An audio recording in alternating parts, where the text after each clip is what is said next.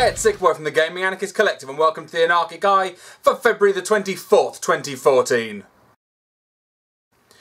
Well, the reviews for Thief are coming out and it appears to be a hugely divisive title. Reviews have gone anywhere from about 50% up to 90%, so a huge variance of whether people enjoy this game or not. But I wanted to point out something, a story that came across me today. Now, with regards to PlayStation 4, this is the Xbox One port. Now, before I cover this, I just want to explain. On the PC, the port is apparently superb. It runs at least 120 frames per second, it runs at 1080p easily, it runs in high resolutions, it runs in high frame rate. Now, on the Xbox One and the PlayStation 4, the Xbox One can't render at 1080p, and the PlayStation 4 can render at 1080p, but it seems that the frame rate dips to somewhere around 20 to 15 frames per second. Okay, let's just think about this for a second. The fact that neither of them can make a smooth 1080p experience is fucking shit. Now, people are using this for tit for tat, arguing as to which is the better console. Now, I want to park that for a minute and explain. On current PC spec, you can run Thief far better than you can on the PlayStation 4 and the Xbox One. There is no fucking excuse for lazy fucking porting. There is no excuse for that. These machines are practically PC builds. How the fuck can you not maximise the architecture to at least get 30 frames per second consistently at 1080p? It fucking baffles me. This is meant to be next generation tech. All these developers have been going on about why they were sick of current gen, they've pushed it as far as it can go, there's nothing else to do, let's move on to next gen, let's next experience, next experience. You can't even make a fucking basic quality title.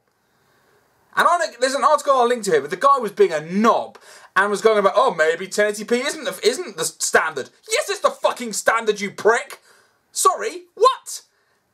Hang on, no. Don't be fucking trying to pull this shit back. Somebody is going to buy a next-gen console. It should run at least, nowadays, standard definition should be 1080p. It is not some kind of unachievable thing. When the Xbox One, so the Xbox 360 and the PlayStation 3 came out, and the Wii at the same time, of course, high def was a pipe dream. Most of them were first released with SCART cables, or composite cables in the US. And, I mean, when I bought my Xbox 360, it was a big deal that it was the Elite one that came with an HDMI out. PlayStation 3 came with an HDMI out. We couldn't use it. So we could utilise, HD-ready graphics. You know, even if you had a 1080p screen, you were still digitally upscaling, it was still lower res. Now we're moving to this console generation. We expect at least 1080p output for a title, and at least a smooth title. If you can't run the fucking title, there is no excuse. With PC hardware, there are compatibility issues, there are driver issues, there are reasons that the frame rate might drop, there are reasons that the processing power may not be optimal. You may have software running in the background, it may be your recording capture software, whatever the fuck. When you're looking at a boxed console that is meant to work at a standard quality, and all of them are identical builds, or at least equivalent builds, depending on when they bring out new SKUs, you should be able to run the title at reasonable fucking levels. It should be the set standard level. 1080p is not standard. Shut the fuck up. If 1080p is not standard, then there's no reason we need to upgrade those hardware. Okay, fine. The 360 is getting to its limit because it can't run off DVDs anymore. The games are getting too big. There is a problem. PlayStation 3, still fine. What is the point of upgrading if the titles aren't going to be decent quality? Now, there are good quality titles coming out that do look interesting, that do look good, but right now, don't waste your fucking money. If you're not an early adopter and you didn't have the cash to buy these consoles outright early on, for fuck's sake, don't borrow money for it, because frankly, unless a developer can guarantee you at least an experience that output to match a standard television now, then it's a waste of your fucking money. Well, there's going to be a lot of changes to the Xbox One, if Harvey Eagle, attorney at law, is to be believed. Now, that is the UK marketing head. Please tell me you got that reference. Please, I'm not that fucking old. Anyway, he's come out with a lot of bits of information. A couple of bits that are specific to the UK. Well, one specifically for the UK, and something else that I'll cover in a minute. First of all, they have said that with the juddering with the TV. Now, if you're outside the UK who don't have an Xbox One, I'm not aware of this information, what was happening is, now, PAL region television broadcasts in 50 Hz. That's 50 frames per second. Okay? The Xbox One outputs in 60 Hz because US TV inputs in 60 Hz.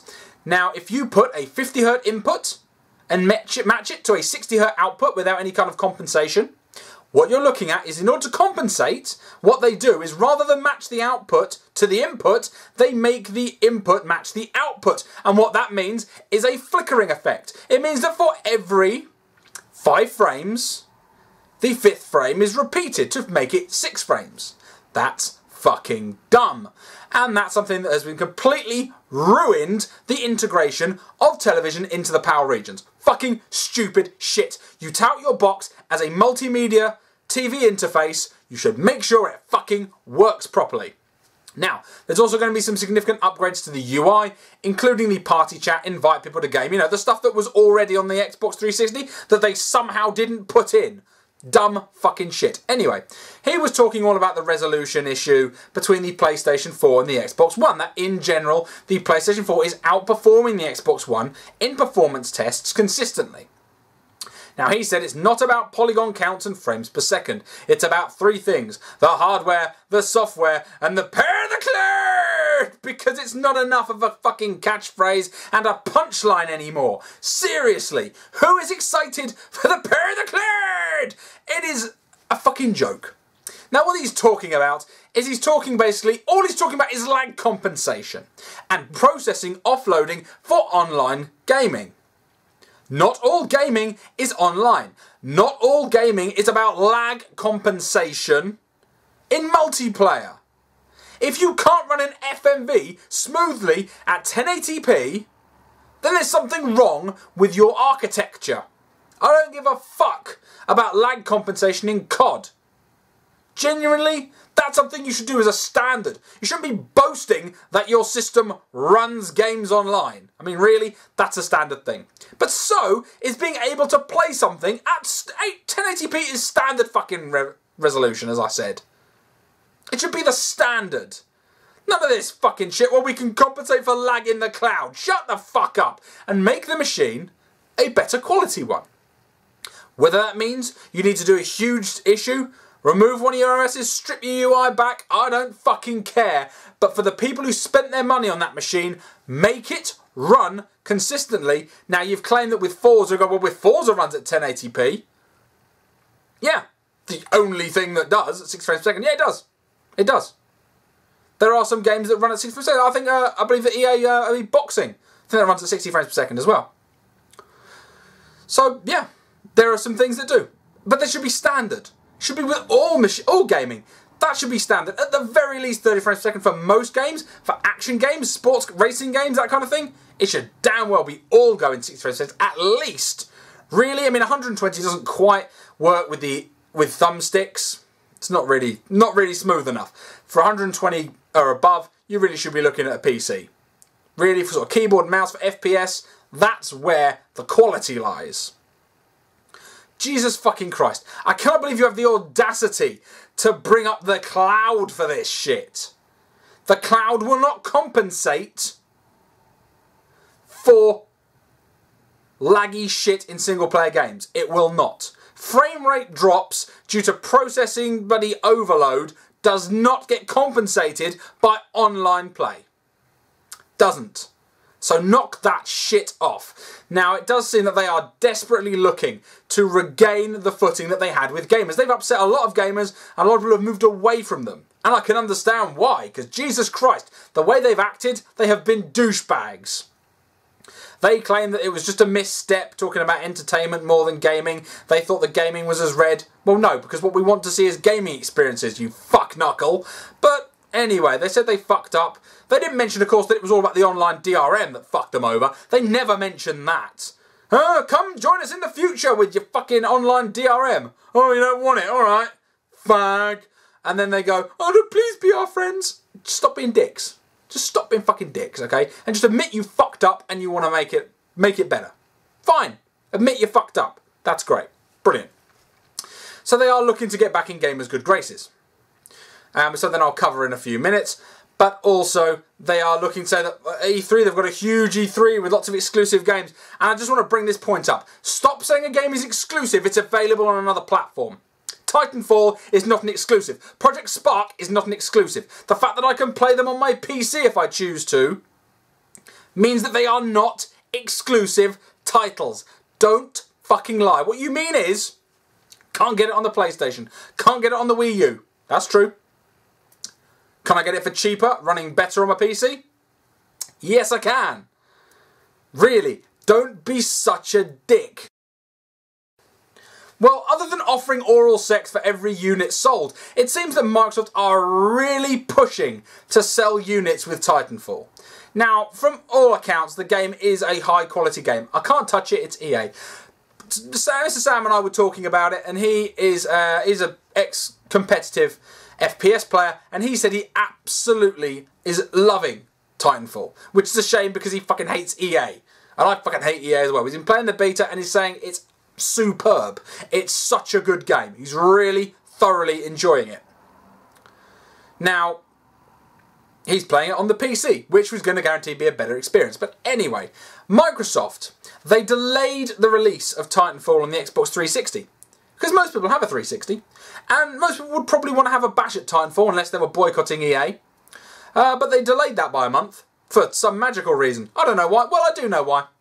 The reason why is because they want to shunt Xbox One sales because they are lagging in hardware sales. And of course, all the news, all it talks about is units sold, blah, blah, blah, blah, blah, blah. Let's talk about the quality of the experience and the quality of the hardware before we start talking about who sold him it. Oh, my Heartless Corporation has got more money than your Heartless Corporation in sales of games. I saw a tweet someone put that, ha ha ha, the person that you would let kill your children is making less money than the person who I'd let kill my children. Ha ha ha. It's fucking dumb, okay? It's dumb to be playing tit for tat like you have a stake in it. If you say, this machine is superior for this reason, and you have reasons to back that up, then by all means argue the toss. But don't be a fucking knob. So, point being, not only are they pushing the shit out of Titanfall, they're delaying it on the Xbox 360. They are also, in the UK only, for some unknown fucking reason, dropping the Xbox One's price. As of Friday, the Xbox One will be available for £399 as opposed to the previous £429.99.